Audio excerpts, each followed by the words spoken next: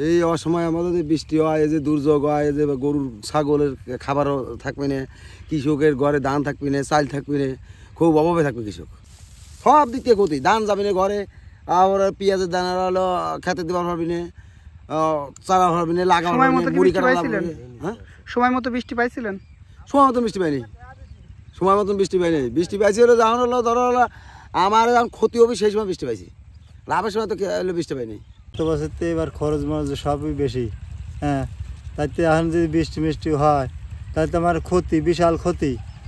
খের বীজবি, ধান বীজবি সবটাই নষ্ট হয়ে যাবে। হ্যাঁ, তাতে এবার পুহার আক্রমণ বেশি। হ্যাঁ, গত বছর তো এবার মেলা বেশি খরচ, মেলা বেশি। পাই বইতে 3,000 4,000 এরকম খরচ হয়ে গেছে। হ্যাঁ, ওই ওষুধই, আর তো সার তো আছেই, সারের দাম আরও ডবল 3 ডবল। হ্যাঁ, সার এবার যে দিছি ডবল দেওয়া লাগছে আমার। হ্যাঁ, পুহার আক্রমণ বেশি, বৃষ্টি হয় নাই, তাতেও পানি দিছি, পানিতে আছে, টাকা পয়সা দিছি, ভাগ দিছি, শেয়ার দিছি। হ্যাঁ, এতেও লস।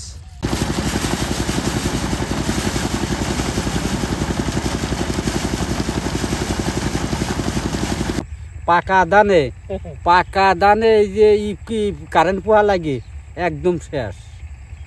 পাহা ধান বাইরেতেছি, পাহা ধানে বাইরে কিছুই নেই টিটি, তাহলে আমরা কৃষক কী খাওয়া বাঁচবো?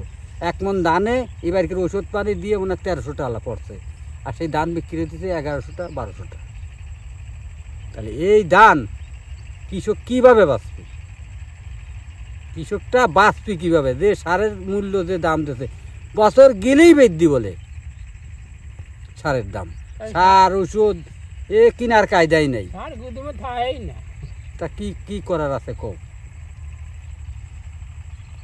কৃষক বাঁচবি কেমন? আমরা যে এই যে কৃষিকাজ এখন খাওয়া লাগে তাই হলো কর্ম করি, তাই খাওয়া না লাগলে কর্ম কেউ করতে না।